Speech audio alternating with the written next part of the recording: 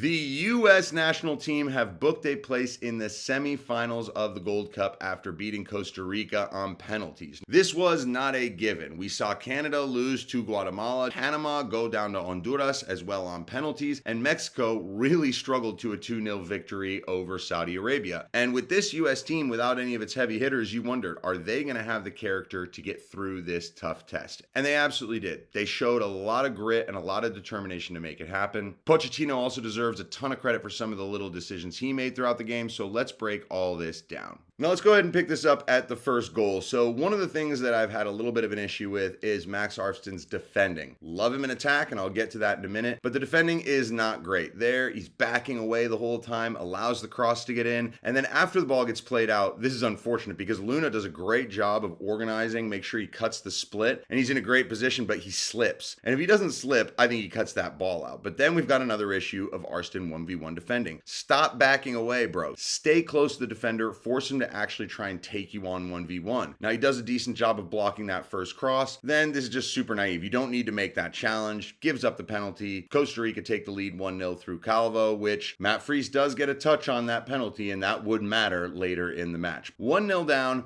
Where's the character? It's the first time they're behind in this competition, so how would they deal with it? Well, what we would see is a continuation of what we have been seeing from them in attack. Max Arfsten flying down the left side. He has been doing this a lot because teams are defending pretty compact against the US, which means that there's a lot of space in the wide areas and Arfsten is gobbling it up. Here, plays a one-touch cross into the box, but this was happening with a lot of frequency. Now, one of the issues the US actually had in this game was finding Tyler Adams. He was probably the most quiet player on the field. And one of the reasons why was because when he was in the center midfield, Costa Rica were set up to absolutely cut the balls often. They did not want him getting it. And when he was in this position, he struggled to receive. And you can see Tim Ream here kind of looking, how am I going to find him? Well, De La Torre gets it. He has very few options, and the Costa Rican press just ramps up, comes back to Ream. He goes to Freese, who's like, I'm not making this mistake I made last game again. I'm getting it out. And this is where I want to talk a little bit about Agyemang. Agyemang is not the greatest hold-up player. And the reason why I say he's not the greatest is because when he has the ball and he's able to sort of turn and dribble, he turns it over a lot. He's not a great passer of the ball either, but he's huge. And if you give him a very simple one-touch option, a lot of the time he actually delivers and he gets the ball off his foot, gives it to Tillman, brings everyone into play. Now, what I love about what Tillman does here is he could easily just roll this ball out in front of Freeman and maybe keep his run going. But this little ball backwards to Berhalter is absolutely excellent because it gives Berhalter the option to go either way. And he sees Arfsten flying up the side. Again, Arfsten getting himself in. And what I love about Arfsten here, take a player on. Step over with the right, takes it out with the left, crosses the ball, and that is a far more dangerous ball. And now we're going to see a little bit of what De La Torre offers. Great combination between Agyemang and Tillman. So De La Torre, I love that he loves to penetrate. He comes forward and he looks for these little tiny simple passes in. Gets the ball to Agyemang. He just does a one-touch layoff and immediately turns to run in behind. And I just think the ball is a tad narrow. It's a tad hard, and it just gets by. Agyemang can't quite keep it in play. But we would see this over and over again. And this is what I'm liking about this US team. We're seeing patterns repeat themselves. This time, Ream gets the ball to De La Torre, and we're just going to have a flip of that last combination. It's going to come into Tillman, little back flick into Agyemang. Once again, Tillman makes the run through, which gives Agyemang a very simple decision to make. Just play me in, brother. This time, Tillman gets past the defender, and this is where he would get fouled for the penalty kick. And this is actually, I wanted to highlight this because there were some of the people saying this should have been a red card. I'll tell you right here why it should not be a red card, why yellow and penalty was the correct decision. Look at the defender's foot. It is on the ground the whole time. You can't give a red card for someone sliding and their foot being on the ground hitting someone's ankle. I know his studs are exposed, but I don't really know how you're supposed to slide with your studs in the ground. I know some people would have liked to see a red card here. Tillman notifies everybody, hey, take another look at that. I got fouled. I rolled my ankle here.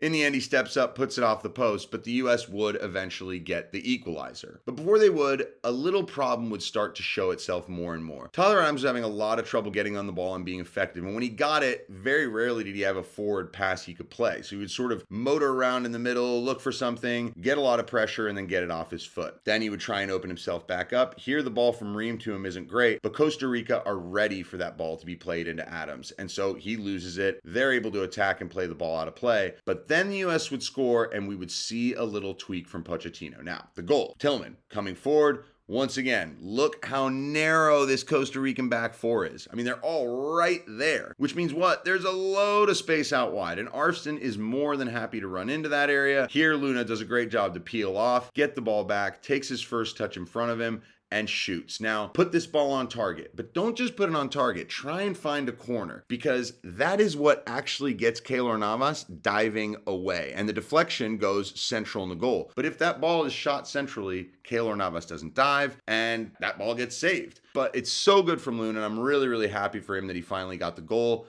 And then I saw this conversation happen. I think this is crucial because there was a change after this. He brings Ream and Adams over and has a little chat with them about something, right? But my opinion is it had all to do with Adams' starting position. And all of a sudden you started to see him almost routinely stand in the middle of the back line, which allowed Richards to push a little further to the right, Ream a little further to the left, and open up a huge gap in the central midfield for De La Torre and Berhalter to drop into and receive the ball. And once pressure gets on Ream, now the midfielder that goes to Ream has left De La Torre. It's just a really, really simple tweak, but it just opens things up and it makes the other team's press have to change. They came with a game plan. They were like, this is what we're going to do to fuse out Adams. Well, now, once you change that, how do they react? We get into the second half, and immediately we would see the same thing. Adams picking the ball up in the center part of the defense, and once again, as I said, it allows Ream and Richards to get a little bit wider. And as this ball comes here out to Richards, Ream can stay further out, and now you can make Costa Rica have to run across the pitch a lot more. As this ball goes into Luna, look at the way the Costa Rican players are all shifting into that area. Berhalter drops a little bit, and Costa Rica are a little bit disheveled. They don't really know who to mark, and now you've got Tillman completely wide open in the middle, and they would just continue to look for this. Basically,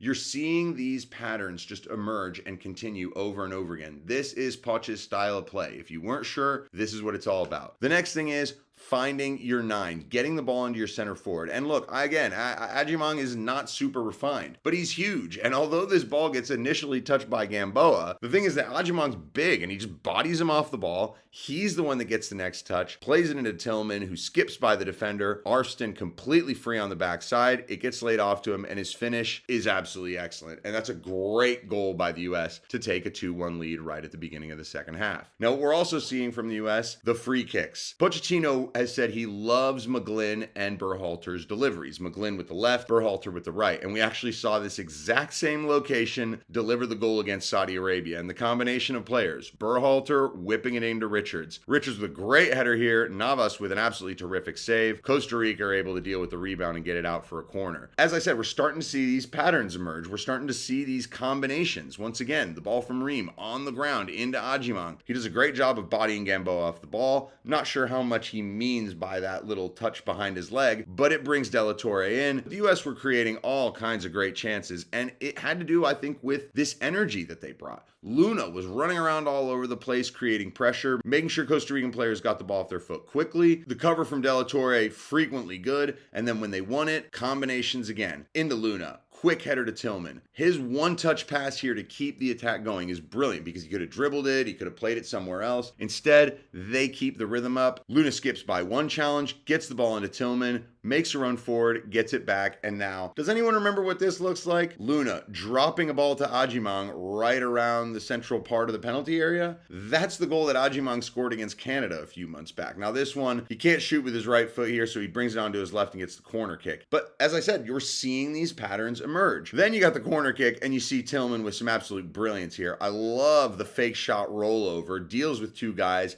He gets a shot off with his left and it's blocked, but there's just so many good things to like about the way this team is building attacks. And again, these balls on the ground, splitting through lines of defenders, looking for your center forward. And again, Gamboa actually gets ahead of Adjimang here, but because Adjimang is big and physical, bumps him off the ball, he gets his shirt pulled, gets fouled, and we have this situation once again. Berhalter whipping an absolutely fantastic ball in, finding Richards again, but this time Richards' header is wide. So the U.S. were doing everything they needed to. The energy was dropping a bit, and you could see that something needed to change, but they were also doing a lot of the things right that would get them a goal, and they just needed that third goal to put the game out of reach. Instead, they would concede, and this is the play where they would. The first mistake here is Freeman. He needs to just be wider, run down the touchline and open the space up, because if you run down the touchline, you create the possibility of a split. Here, he's just running straight. the ball is straight, and so it's straight to the other team. I've said this before, that is a big mistake by Tillman. He should not have played that. And so now Costa Rica can build out and go the other way. Now I have to talk about the two-man defending. When you do two-man defending, there are very simple terms for this. The 8-year-olds that I coach, they know this. Pressure and cover. The closest player goes to the ball,